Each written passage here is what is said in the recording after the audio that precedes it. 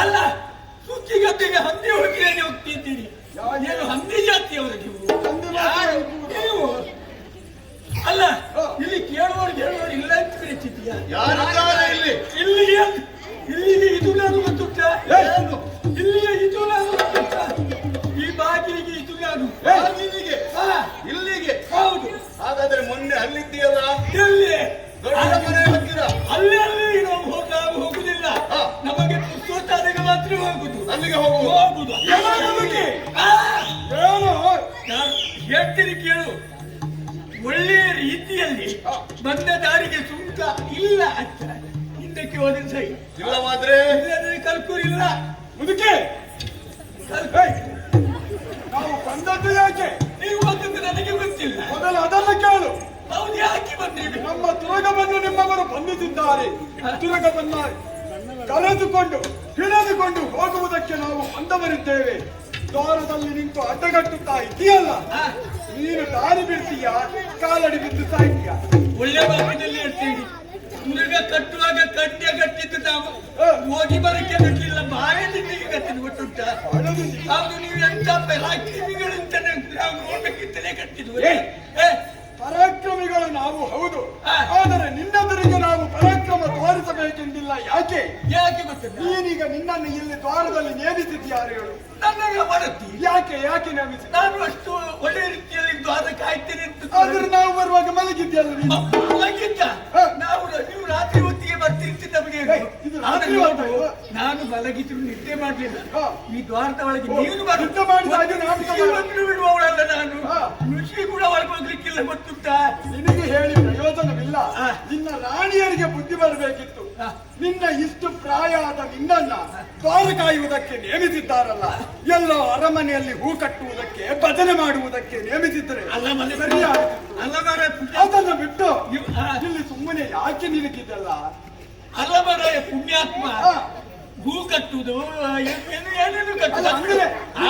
ಕಡಿಮೆ ಮಾಡಿ ನಮ್ಮ ಮಹಾರಾಣಿ ಯಾಕೆ ನಾನು ಒಳ್ಳೆ ರೀತಿಯಲ್ಲಿ ದ್ವಾರ ಕಾಯ್ತೇನೆ ಎನ್ನುವಂತ ನಂಬಿಕೆಯಿಂದ ಆದ್ರೆ ನಮ್ಮ ಹಿರಿಯರೆಂದರೂ ನಡೆದು ಬಂದದ್ದು ದ್ವಾರ ಕಾಯ್ದು. ಆದ್ರೆ ನನಗೊಂದು ಹೆದರಿಕೆ. ಏನು? ಇಷ್ಟು ದೊಡ್ಡ ದ್ವಾರವನ್ನ ನೀನು ತೆಗೆದು ಹಾಕುವಾಗ ಎಲ್ಲಾದ್ರೂ ಬಾಗಿಲು ಹೋಗ್ತಿದ್ದು ನೀನು ಹೋದ್ರೆ ಅದು ಗೊತ್ತಿದ್ದೆ ನಮ್ಮ ಮಹಾರಾಣಿ. ಅಲ್ಲ ನೋಡು, ನಾನು ಹೇಳ್ತೇನೆ, ಇಷ್ಟು ಮಾತನಾಡುವ ನೀನು ಯಾರು? ನಾನು ಶತ್ರುಘ್ನ. ಯಾರು? ನಾನು ಶತ್ರುಘ್ನ ಎಂದರೆ ನಾನೇ. ಅವನು ಪುಷ್ಕಳ, ನೀನು ರಾಮನ. ನಾನು ಜನ ಹೆಸರೇನು? ನನ್ನ ಹೆಸರು ತೂರ್ತಿ. ಸೋಮಮ್ಮ ಅಂತ ನನ್ನದು. ಸೋಮಮ್ಮ ಕರೀತಾರೆ. ಈಗ ನಿನಗೆ ಏನಾಗಬೇಕಮ್ಮ? ನನಗೇನಾಗಬೇಕಲ್ಲ? ನೀವು ಬಂದವರು, ನಾನು ಇಲ್ಲಿ ಇದ್ದವಳು, ಕಾಯ್ತಾ ಇರ್ತೇನೆ. ಒಳ್ಳೆ ಮಾತಿನಿಂದ ಇನ್ನೊಂದು ಆಯ್ತು. ಇಲ್ಲಿದ್ರೆ ಅಲ್ಲಿ ಬಿಟ್ಟವರು ಗೊತ್ತುಂಟ? ಹೊಡಲಿಕ್ಕೆ ನಾವು ಬೆಕ್ಕಿನ ಮರಿಗಳಾಗಿ ಕಾಣುತ್ತೆ. ಬೆಕ್ಕಿನ ಮರಿಯಲ್ಲ, ಈಕೆಗೆ ನಾವು ಮಾತಾಡಿದರೆ ಅರ್ಥವಾಗುವುದಿಲ್ಲ. ಇವಳಿಗೆ ತಕ್ಕ ರೀತಿಯಲ್ಲಿ ಹೇಳುವುದಕ್ಕೆ ನೀನೇ ಸೂಕ್ತ. ಹಾಗಾಗಿ ಅವಳಿಗೆ ತಕ್ಕ ಪಾಠವನ್ನು ಕಲಿತು ಶೀಘ್ರ ಕೆಲಸ ಆಗಬೇಕು.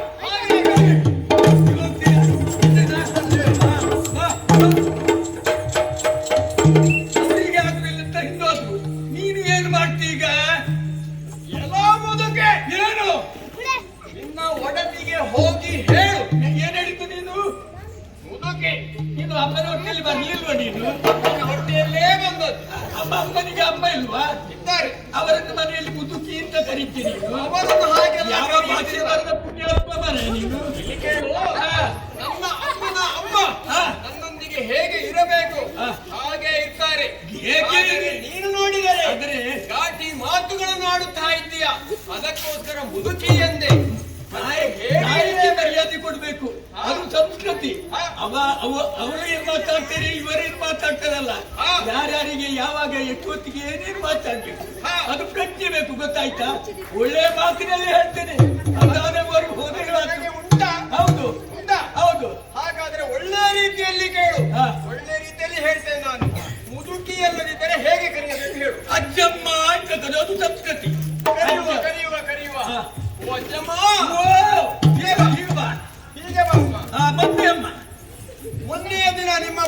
ನಮ್ಮ ಅಶ್ವವೊಂದು ಬಂದಿದೆ. ಹಾ. ಅದನ್ನು ನಿಮ್ಮ ಒಡತಿಯರು ಕಟ್ಟಿ ಹಾಕಿದ್ದಾರೆ. ಹಾ. ಒಳ್ಳೆಯ ಮಾತಿನಲ್ಲಿ ಅಶ್ವವನ್ನು ಬಿಟ್ಟು ಕಪ್ಪವನ್ನು ಕೊಟ್ಟು ಹಾ. ನಮ್ಮ ಕಾಲಿಗೆ ಬೀಳಬೇಕು ಎಂದು ಹೋಗಿ ಹೇಳು. ಯಾರಿಗೆ? ನಾವು ಒಡತಿಗೆ ಹೋಗಿ ಹೇಳು. ನಿನ್ನ ಶತ್ರುಘ್ನ ಹೇಳಿದ್ದು ಅದನ್ನೇ ಹೇಳಿದ್ದು. ನೀನು ಹೇಳುದು ಇದನ್ನೇ. ಅದನ್ನೇ ಹೇಳುದು. ಯಾವಾಗ ನಾವು ಕುದುರೆ ಬಿಟ್ಟು ಕೊಡ್ಬೇಕಿಂತ ನಮಗೆ ಗೊತ್ತುಂಟು. ನಿನ್ನನ್ನು ಬಡಿದು ಇಲ್ಲಿಂದ ಮಾಡುತ್ತೇನೆ, ಅಡಿಗಿದ್ದು ಹೇಳ್ತೇನೆ ನಮ್ಮ ದೊಡ್ಡತಿಗೆ. ನಿನಗೆ ಹೀಗೆ ಹೇಳಿದ್ರೆ ಬುದ್ಧಿ ಬರುವುದಿಲ್ಲ. ಎರಡು ಬೆನ್ನಿಗೆ ಬಿಡ್ತೇನೆ. ಬಾ ಹೀಗೆ.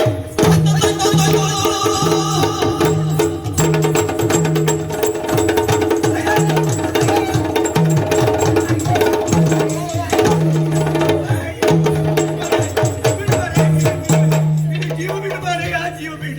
ಯಾರು ಜೀವ ಬಿಡ್ಬೇಕು? ನೀನು ಮರ ಜೀವ ಬಿಡ. ಯಾರು ಯಾರು ಜೀವ ಬಿಡ್ಬೇಕು? ನೀನು ಜೀವ ಬಿಡಬಾರೆ. ನಾನು ಯಾಕೆ ಜೀವ ಬಿಡಬೇಕು? ನೀನು ಜೀವ ಬಿಡು, ನನ್ನ ಜೀವ ಬಿಡಬಾರೆ. ಹೊಡಿಬೇಡ, ಹೊಡಿಬೇಡ. ಅಚ್ಚಮ್ಮ, ಓ ಬಾ ಹೀಗೆ. ಏಕೆ? ನಿನ್ನ ನೋಡಿದ್ರೆ ಪಾಪ ಕಾಣ್ತದೆ ನನಗೆ. ಆ, ಹೋಗಿ ಹೇಳ್ತೀಯ ಈಗ? ಏನಂತ ಈಗ ತಾನೇ ಹೇಳಿದೆ ನಾನು. ನೆನಪದ. ಓಹೋ, ಪ್ರಾಯವಾಯ್ತು, ನೆನಪಿನ ಶಕ್ತಿ ಇಲ್ಲ. ಆ. ನಮ್ಮಲ್ಲಿ ನೆನಪಿನ ಗುಳಿಗೆ ಉಂಟು. ಆ. ತಗೊಳ್ತೀಯಾ? ಏನು ಗುಳಿಗೆ ಉಂಟೆ? ಬಾಬಾ ಹೀಗೆ ಬಾ. ಗುಳಿಗೆ ಕೊಡು, ಗುಳಿಗೆ ಕೊಡು. ಫೋನ್ ಹಿಡ್ಕೊಂಡಿದ್ದ. ಕೊಡು ಹೀಗೆ. ಕೊಡು. ಬಾ ಹೀಗೆ, ಮುಂದಕ್ಕೆ ಬಾ. ನಿನಗೆ ನೆನಪಿನ ಬೀಜ ಕೊಡ್ತೇನೆ ನಾನು. ಎಂತ ಬೀಜ ಕೊಡ್ತೀಯ? ಅದನ್ನು ತಿಂದರೆ ಆ. ಯಾವತ್ತೂ ನೆನಪೇ ಹೋಗುವುದಿಲ್ಲ. ಆ. ಬಾ ಹೀಗೆ, ಕೊಡು ನಿನ್ನ ಕೈ. ಏಯ್,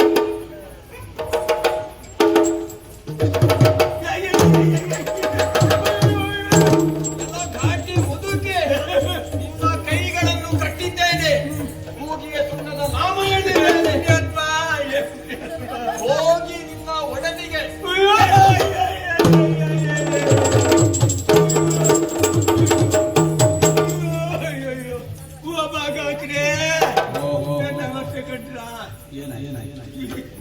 ಏನೆಲ್ಲ ಮಾಡಿಬಿಟ್ಟು ಓದಿಲ್ಲ ಬನ್ನಿ, ಕಟ್ಟು ವರದಿಲ್ಲ ಬನ್ನಿ. ಮಾಡಬಾರ್ದ? ಯಾಕೆ? ಹುಡುಗರ ಹತ್ರ ಮಾಡಿದ್ರೆ ಹೀಗೆ ಆಗುತ್ತೆ. ಹುಡುಗರು ಅದಕ್ಕೆ ಪ್ರಸಂಗ ಮಾಡಬಹುದಾ? ಅವರು ಪ್ರಾಯ ಬಂದು ಮಾಡ್ತಾರೆ, ನಾ ಮಾಡಬಾರ್ದ? ನೀವು ಮಾಡಬಾರ್ದು. ಹಾಗಾದ್ರೆ ನನ್ಗೊಂದು ಉಪಕಾರ ಮಾಡ್ತೀರಿ? ಏನ್ ಹೇಳಿ? ನನ್ನ ಇದೊಂದು ಬಿಸ್ತೀರ. ನಾನಾ? ಹೌದು. ನನಗೇನು ಉಪಕಾರ ಮಾಡ್ತೀರಿ ಅಂತ ಬೇಕಲ್ಲ. ನಿಮಗೆ ನಾವು ಉಪಕಾರ, ನೀವು ಎಲ್ಲೆಲ್ಲಿಗೆ ಸ್ತ್ರೀ ಶಕ್ತಿ ಸಂಘ ಸ್ವಸಹಾಯ ಗುಂಪು ನಾನು ಸ್ತ್ರೀಯ ಸ್ತ್ರೀ ಶಕ್ತಿ ಹೋಗಿ ನೀವಲ್ಲಿ ಬದಿ ಹಳ್ಳಿಗೆ ಹೋಗ್ತೀರಲ್ಲ, ಅಲ್ಲಿಗೆ ಹೋಗುದಿಲ್ಲ ನಾವು.